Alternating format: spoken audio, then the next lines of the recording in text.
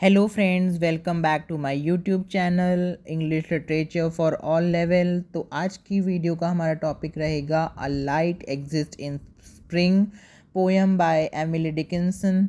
तो इस पोएम को ये जो पोएम है ना, ये 5 स्टैंजाज में डिवाइडेड है और 5 स्टैंजाज जो 5 स्टैंजाज हैं उन सभी में 4-4 लाइन है।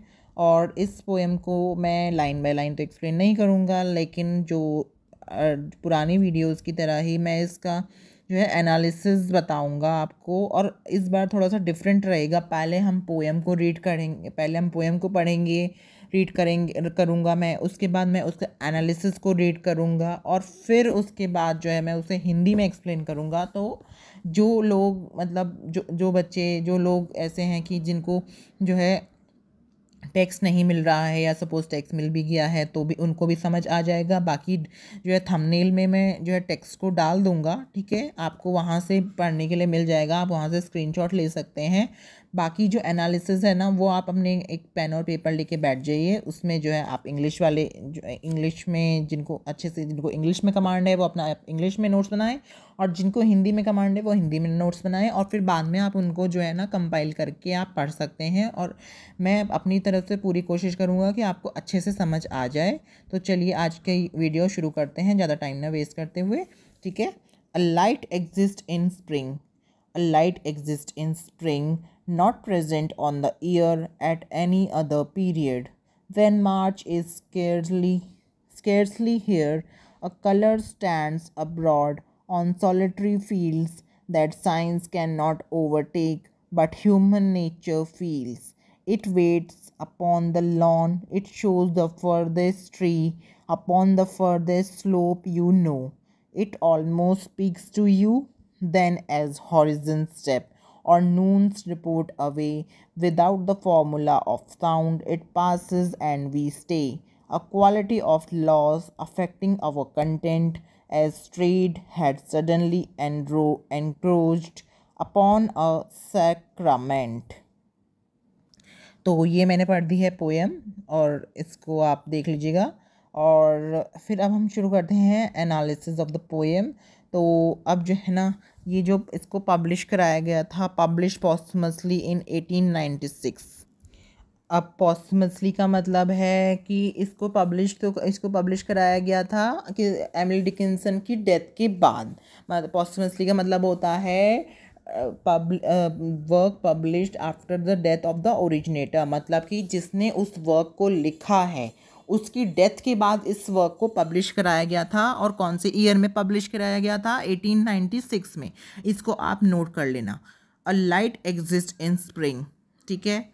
Beautiful depicts the elegance, magnificence and grandeur of the season of spring. अब ब्यूटी इसमें जो है ना ब्यूटीफुली उसको डिपिक्ट किया गया है। एलिगेंस, मैग्निफिकेंस मतलब कि जो है बहुत ही ज़्यादा खूबसूरती से अच्छे से सीज़न को डिपिक्ट किया गया है। कौन से सीज़न को? स्प्रिंग सीज़न को।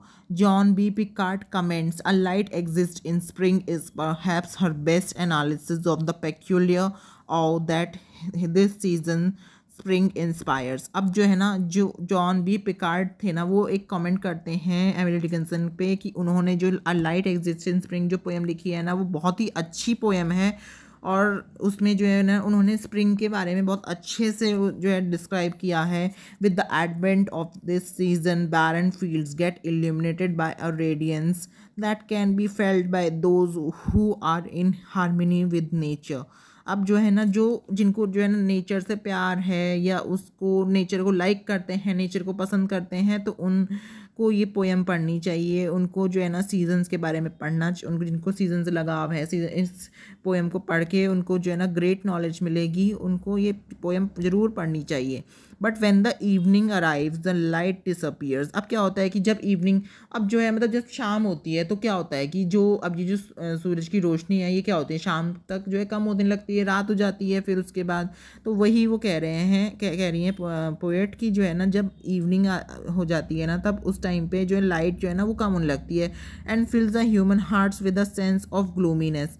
मतलब कि अब जो है ना ह्यूमन जो हम जो पीपल हैं, जो ह्यूमंस हैं, उनके हार्ट को ना ग्लूमिनेस मतलब कि एक तरह से दुख या हताश या फिर निराश भरी उससे भर देती हैं, ग्लूमिनेस ला देती हैं उनके हार्ट्स में। The poem with a smile simply convey that the sudden departure of the radiant luster and predominance of darkness in the evening look exactly as if materialism has encroached upon spiritualism.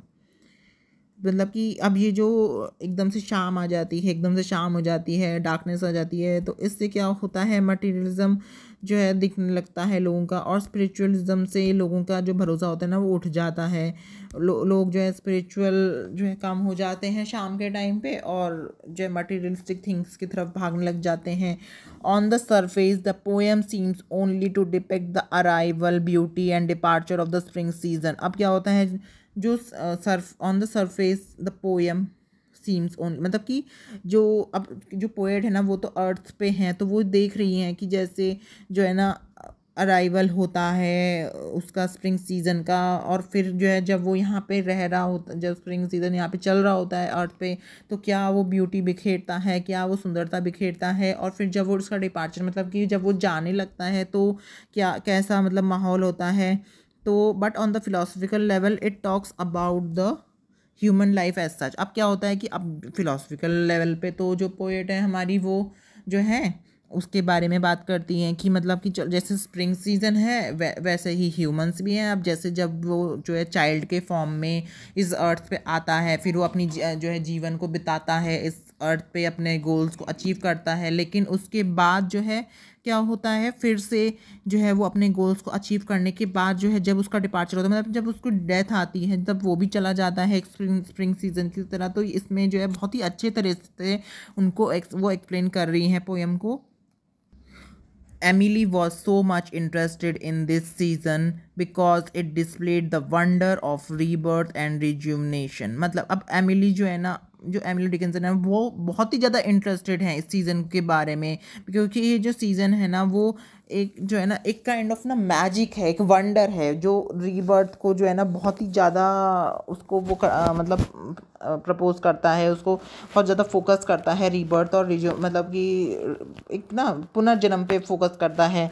She called spring a time spent directly from God and particularly welcome March as a herald of spring. तो अब जो है ना वो जो spring के साथ वो टाइम स्पेंड करती हैं, और वो कहती हैं कि जो स्प्रिंग सीजन है ना वो डायरेक्टली गॉड के पास से आया है, और उसको जो है ना बहुत ही अच्छी तरीके से जो है ना गुड बाय कहती हैं, और फिर बहुत ही अच्छी तरीके से नेक्स्ट जो मंथ मार्च का जो सीजन मार्च का जो मंथ होता है उसको जो है ना वेलकम करती हैं, क्योंकि उस मार्च के टाइम पे ही स्प्रिंग सीजन आता है, तो फिर उसको बहुत अच्छे से वेलकम करती हैं।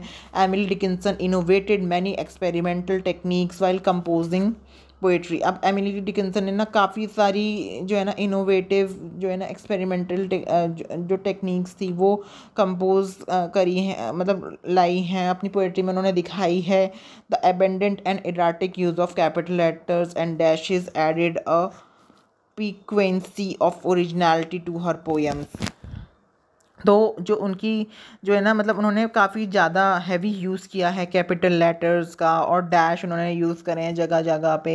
तो उससे क्या होता है ना एक एक्स्ट्रा ऑर्डिनरी फॉर्म लाता है या ओरिजिनलिटी लाता है उनकी पोएम्स में ये use of capital letters and dashes, and the present poem is also no exception to this. तो अब जो है ना जो प्रेजेंट पोएम है जो हम पढ़ रहे हैं इसमें भी हम देख सकते हैं उसमें उन्होंने कैपिटल लेटर्स का यूज़ करा है और डैशेस का यूज़ करा है। तो जो है अब इसके अलावा ये कोई एक्सेप्शन नहीं लाता कि मतलब कि इन्होंने नहीं यूज़ करा, तो उन्होंने हर पोएम में अपनी जो है ऐसे ही यूज़ किया है।